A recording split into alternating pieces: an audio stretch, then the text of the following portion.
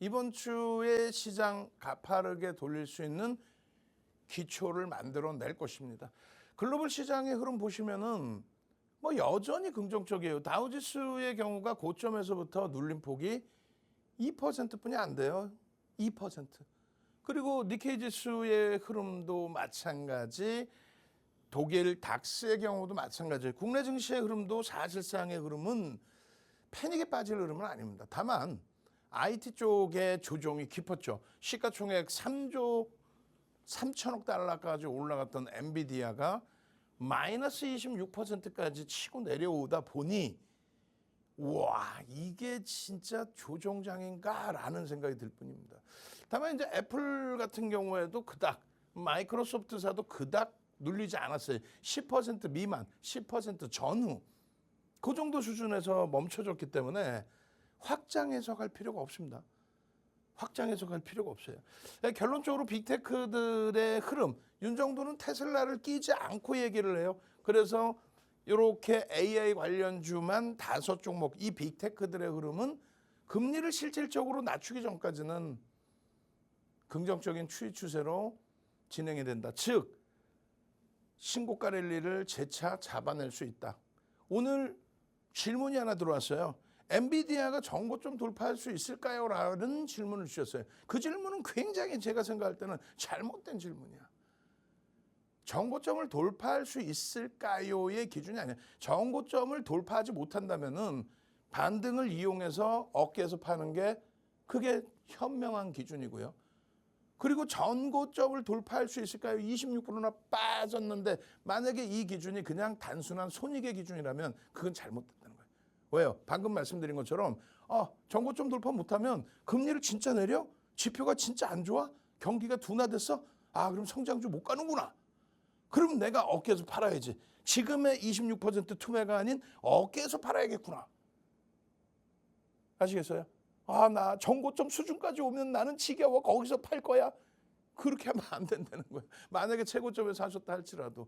그리고 실질적으로는 그때 그 심정 그대로 최고점의 기준에 더 갈 수 있겠다는 기준, 막연히 사셨다라고 한다면 지금부터는 왜 돌파할 수 있는지에 대한 그 명분을 듣고 이해하고 해석하고, 그랬는데도 불구하고 금리가 인하되고 경기가 둔화된다라는 신호로 받아들여져서 성장주가 무너져 내린다면 그때는 어깨에서 정리한다. 그 생각을 하시면 돼요. 자, 어찌됐든 알파벳의 구글로부터의 조정인데요. 기존에 말씀드린 것처럼 작년 3분기 기준에 10월 24일 실적 발표에서는 얼마요? 마이너스 7%.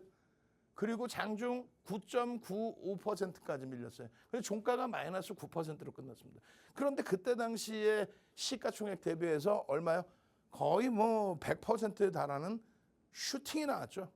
그 슈팅 이후에 여기에 이 실적이 문제가 된다라고 한다면, 실적이라는 것에 대해서 문제라는 건 뭐냐면 전망치는 넘겼어요. 그런데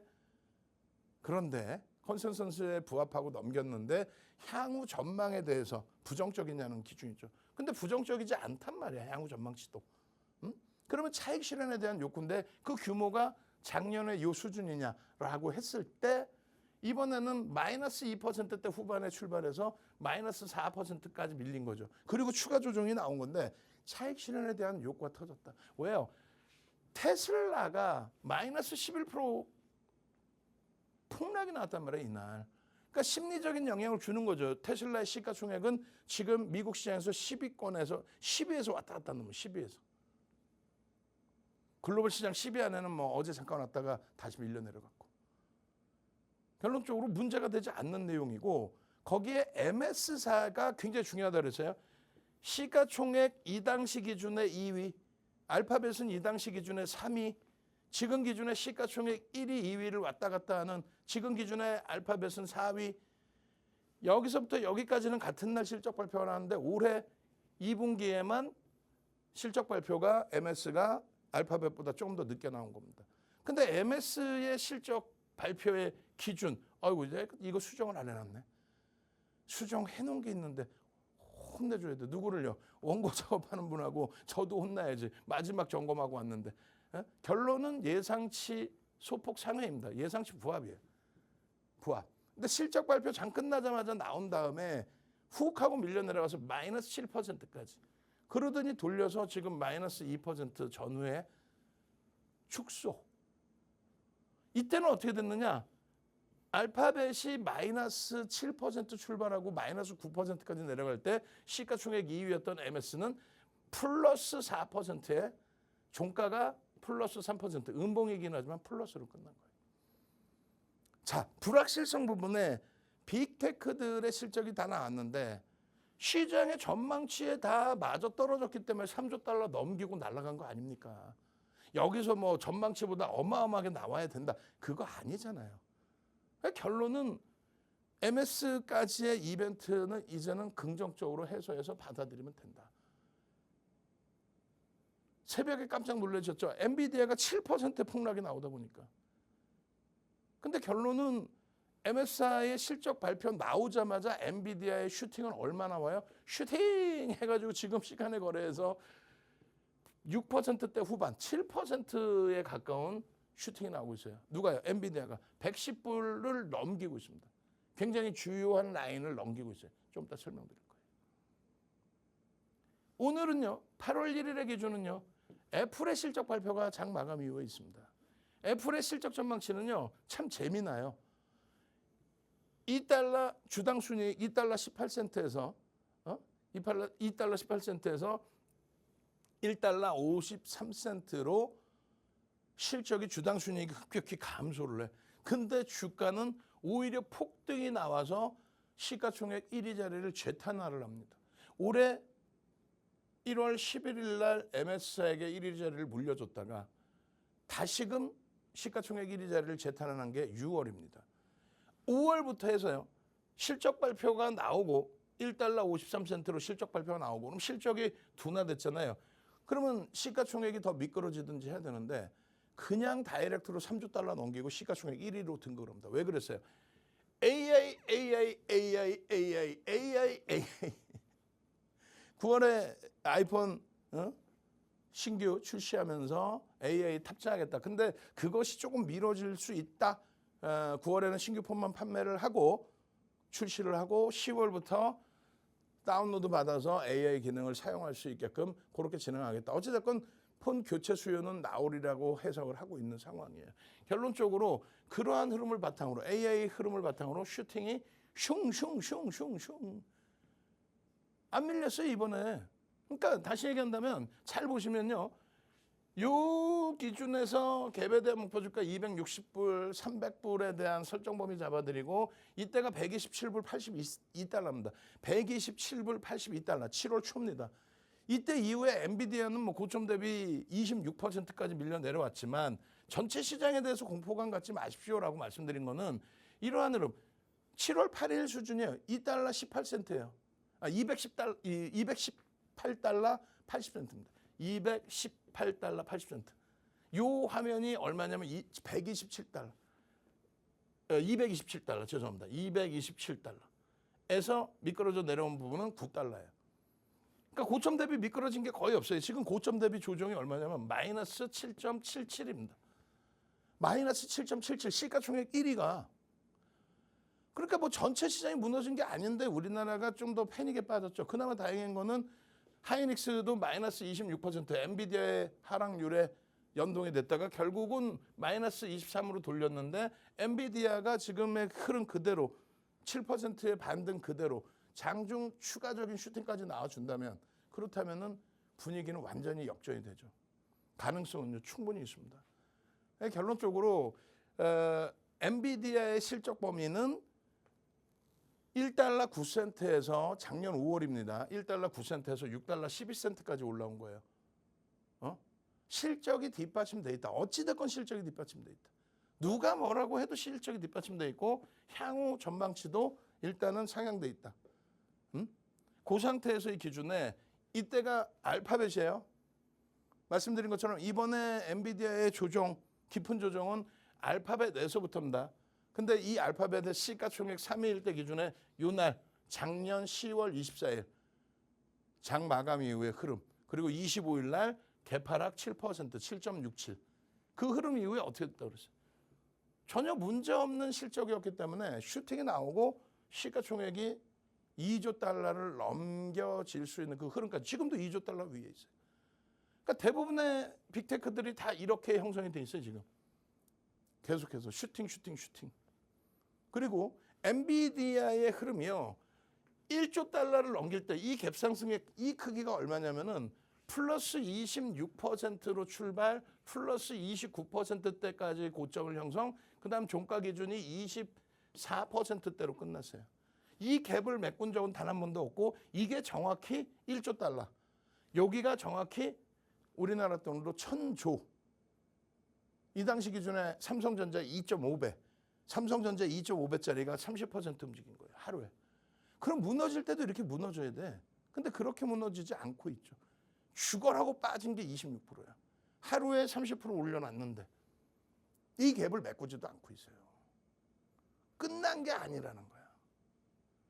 그러면 지금 시간 내에서 7%의 강한 반등이 나오고 있는데 이 엔비디아의 슈팅이 예를 들면은 30%까지는 아니더라도 뭐 10%대 이상으로도 변동성이 확장될 수도 있다는 거예요. 그럼 내일 분위기가 당장 어떻게 되겠어요? 당장 삼성전자가 스타트를 잡을 거고 낙폭과대 하이닉스 그 다음 범위 삼성전자 하이닉스 한미반도체 그 다음에 삼성전자 연동돼서 흘러가는 뭐 YC라든가 이오테크닉스의 거래가 터진다면 그 흐름이 나오겠죠. 결론적으로 6월 25일 이후에 이러한 전략 부분을 오늘도 장중에 한번 장 마감 이후에 한번 1시간씩 영상을 올려드렸어요. 지금 온라인상으로 빨리 접속하셔서 지금 실시간으로 방송에서 못다한 이야기, 실시간으로 방송에서 못다한 이야기를 온라인상에서 교육을 지금 진행하고 있습니다. 윤정도 여기 있잖아요.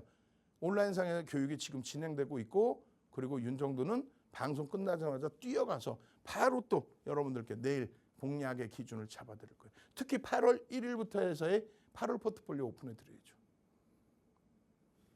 채널 돌리지 마세요. 채널 돌리면 지금 뭐야? 그냥 뭐 대도 안 되는 뭐 종목 갖고 나와서 대박 나셨죠. 아이고 오늘 상한가 갔죠. 그런 말장난에 녹아나지 마시고 여러분들은 삼성전자, 하이닉스, 현대차 그런 종목의 기준에서 수익 내시면서 하나에어로스페이스 어제 최고점의 차익 실현 6월 이후에 2달 만에 전략 매도 6월 3일 이후에 전략 매도 어제 그리고 HD 현대일렉트릭 얼마나 멋들어지게 차익 실현하고 재편하고 있습니까? 그 흐름의 수익을 내셔야 돼요. 분명히 말씀드렸어요. 여기서 이렇게 역V자형으로 내려오지 않는다. 결국은 역V자형으로 내려오는 게 아니라 돌린 이후에 다시금 이탈된다. 그럼 여기서도 마찬가지 다시 돌릴 수 있다. 역V자형으로 이렇게 내려오진 않는다. 이동평균선의 기울기 부분 확인하셔야 된다. 결론은 역V자형으로 내려오는 게 아니라 밀려 내려가다가 돌리고 다시 내려온 거죠. 무슨 말이냐면은 지금 이렇게 무너졌어요. 근데 이 흐름이 소형주처럼 이렇게 내려오지 않는다는 거예요.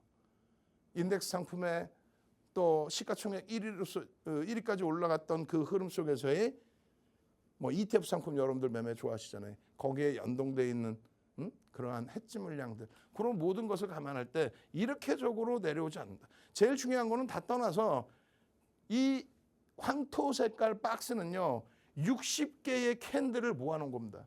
무슨 말이냐면은 우리는 빨간색을 5일선 그리고 회색을 11선 초록색을 21선 그리고 요 황토색을 61선 검은색을 121선으로 기준 잡고 있어요. 윤정도의 모든 차트는 일조월봉 다 똑같습니다. 분봉까지도.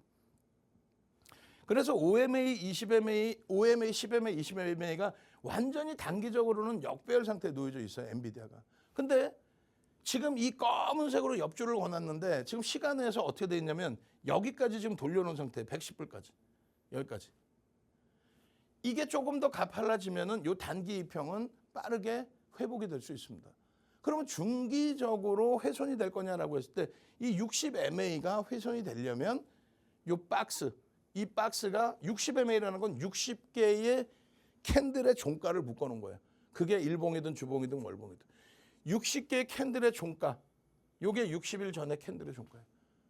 여기가 10,000원이었다고 치면 10,000원, 그 다음에 100원, 그 다음에 1,300원, 그리고 뭐 여기까지 올라와서 20,000원. 이걸 전부 60개 종가를 플러스해서 단순하게 나눈 게 60MA야. 사실은 오늘날의 단순 이평을 보고 전략을 꾸리지 않아요. 여러분들이 잘 아시는 밑에 MACD 오실레이터 이런 내용들의 기준을 잡고 들여다보는 거지 사실은. 어찌됐든 이 60일선마저도 이탈이 되려면 어떻게 된다? 이탈이 되려면 그러면 요 라인까지 깨고 내려가야 됩니다. 근데 말씀드린 것처럼 다이렉트로 내려오는 경우는 9.11 테러, 또 금융 시스템의 붕괴에 의한 리먼 브러스의 파산 이런 내용이 있지 않고서는 이렇게 내려오진 않아요. 응? 그래서 결론적으로 투매 기준의 동참이 아니라 기술적인 반발력 이후에 이런 고점들을 못 넘겨서 기울기, 이동평균선의 기울기가 회복되지 않는다면 그러고 나서 다시 이탈되면 어떻게 되겠어요? 60MA의 캔들들이 떨어져 나가고 이런 라인들로 형성이 되겠죠. 맴돌 때. 그러고 났을 때 돌리지 못하고 무너지면 얘도 훼손이 되는 겁니다. 그러면 중기 추세도 훼손.